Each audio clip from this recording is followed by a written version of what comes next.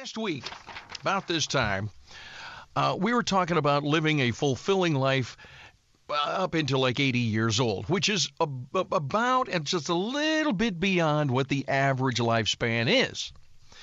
I mean, we all know people, at least I think we do, up into my father was 89. I know people who are 100.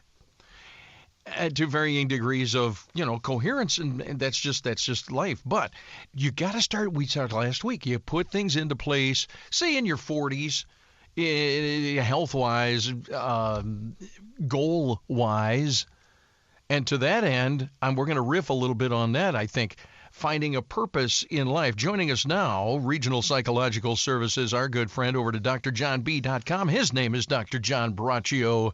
And we welcome you again. Hey, Doc, how's it going? Well, listen, very good, Mike. And, today we're talking about finding your purpose in life, okay? This is a follow-up to our discussion last week. And it's clear a person who has a reason to be living would be expected to live longer and be happier than someone who is unhappy with life with no clear direction and aimlessly going off in really many different directions. So let's begin by eliminating purposes in life that would be to hurt others or simply focus on your own needs and no one else. We'll define a purpose in life is when someone is not only trying to make themselves happy and fulfilled in life, but also is trying to help others in a way that when they leave the earth, it's going to really be a better place than when they arrived because of what they've tried to do in it.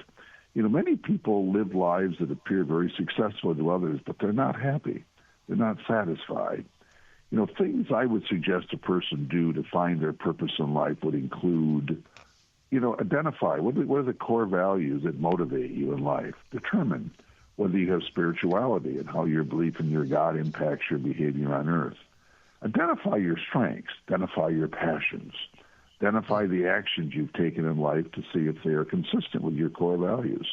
Identify what makes you happy and satisfied. Live your life consistent with what you determine is your purpose in life. And be aware your purpose in life can vary from time to time depending on what you're doing and what motivates you as you move forward in that particular phase of your life. Then the next question can be, how can you apply your strengths and passions for a meaningful life? How do you do that, Mike? Well, examples would include psychologists, therapists who do desires to help people function better emotionally.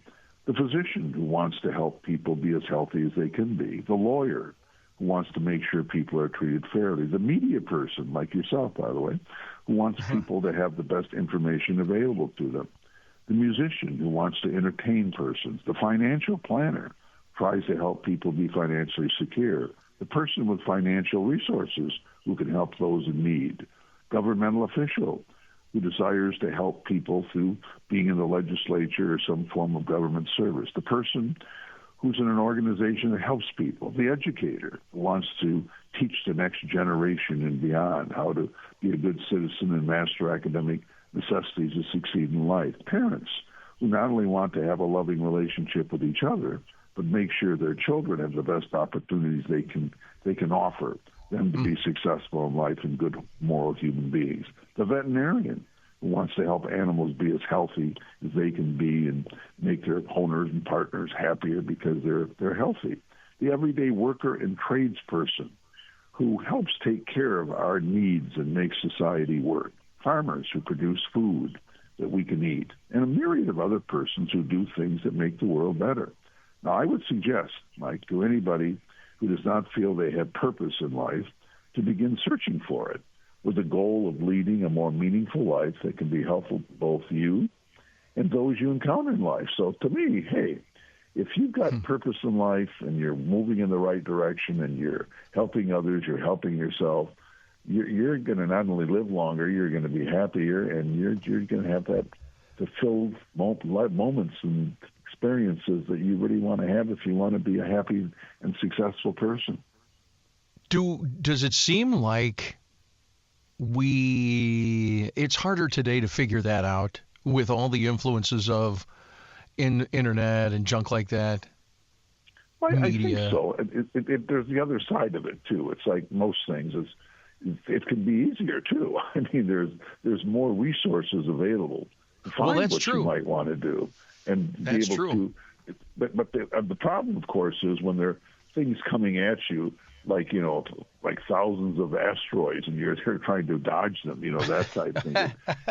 It can be very difficult. A lot of people just get overwhelmed, or they get bogged down with so much media and so much stuff coming at them that they really never really get around to really focusing on what really makes their life meaningful. And they may be drenched and overwhelmed with activities and media sources and getting information, call it what you will, but they really aren't focusing on what they really want to do or need to do in order to have that happy and fulfilling life. They're just kind of exhausted with information and not really being fulfilled, and they're really not doing things that advance them best in a way that they're helping themselves and others. So, more opportunities, but sometimes an overwhelming array of things hitting people, so they don't really pick the right choices and move in the right direction. But people can do that if they focus and learn how to do that. It's hard to do, though, I might add, for many people, Mike. Good point. Boy, yeah.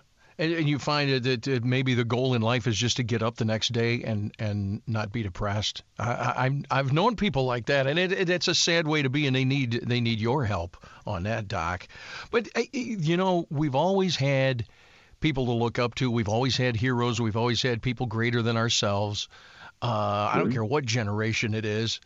I think the problem here today, though, is, and it's easy yet hard to remedy it, and that is we see sports folks, or we see actors, we see influencers on the internet who are just killing it, or seem to be killing it. They live that glamorous life. They're just here and there, and it's a beautiful time, and they're beautiful people, and on and on and on, no problems, when in fact we know there's deep problems.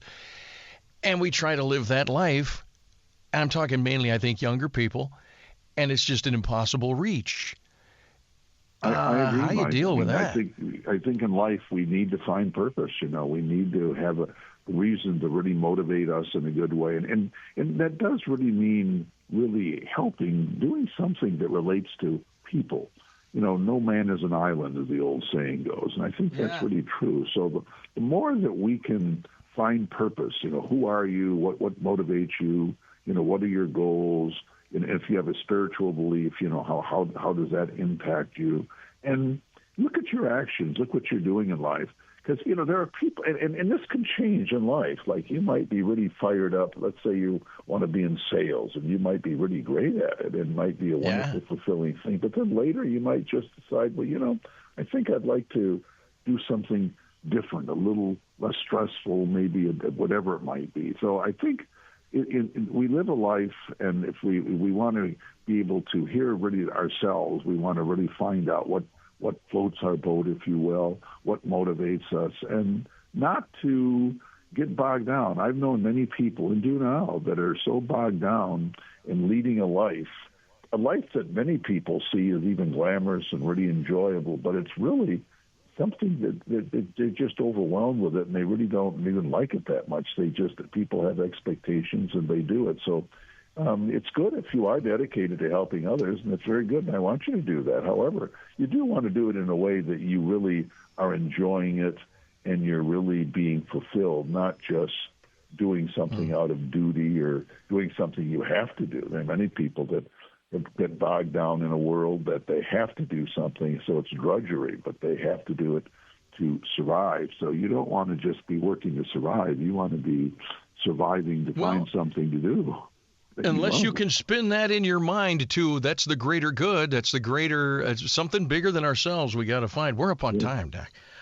Dr. John Braccio, if you need help with that, there's Regional Psychological Services in East Lansing. And don't be so proud that you don't realize that, you might need a little help figuring this out.